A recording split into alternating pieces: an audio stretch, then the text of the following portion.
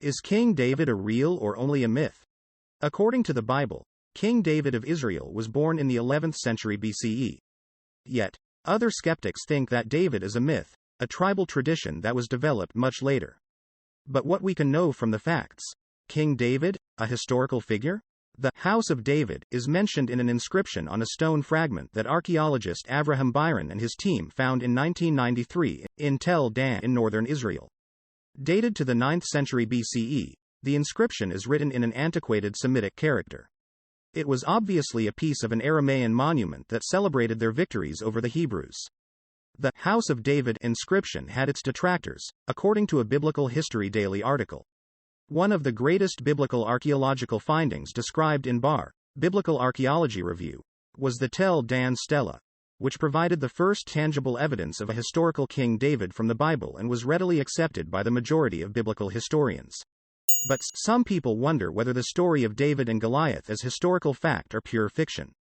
Did you have such a skepticism when you heard about this story? If so, take into account the following 3 points. 1. Is it possible for a person to be 2.9 meters, around 9.5 feet, tall? According to the Bible, Goliath was 6 cubits and a span tall. This translates to approximately 9 feet 6 inches, 2.9 meters. Some believe it's impossible, but take into account the tallest man ever recorded according to the Guinness World Records, namely Robert Wadlow of the United States, 1918 to 1940, was over 8 feet 11 inches, 2.7 meters tall.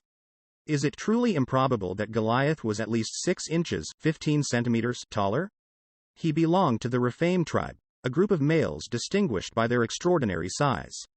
Some warriors in the Canaanite region were over 8 feet tall, 2.4 meters, according to an old Egyptian record. True, it's remarkable, but Goliath's height is not impossible.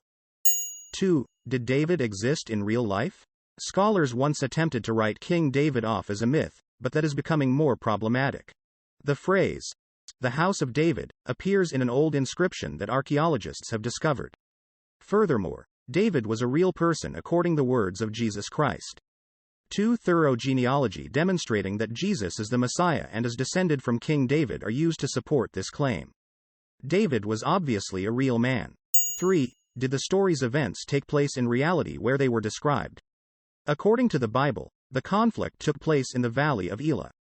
But it goes on to be even more detailed, mentioning that the Philistines set up camp on a mountainside between the villages of Soko and Azekah. On the other side of the valley, on a hillside, the Israelites were posted. Were these actual locations? Take note of what a recent traveler to the region has to say. Our guide, who was not a religious man, took us to the valley of Elah. We climbed a route till we reached the hill's brow. He had us read 1 Samuel chapter 17 verses 1 to 3 while we gazed across the valley. Then he said, there, on your left, are the remains of Soko, pointing across the valley. The remains of Azekah are over there, to your right, he added, turning. Between those villages, somewhere on the hillsides that face you, the Philistines were camped. We might perhaps be standing where the Israelites made camp. Saul and David were standing where I was, in my mind. When we started to descend, and on the floor of the valley, we had to cross a stone-filled, mostly dry streambed. I couldn't help but think about David bending down to pick up 5 smooth stones, one of which ended up killing Goliath, from this location. Like many others, that guest was greatly moved by the accurate details in the biblical account.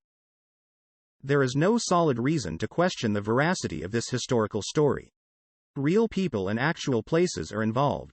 The fact that it is a part of God's inspired word is even more significant since it proves that He is the God of truth and cannot lie.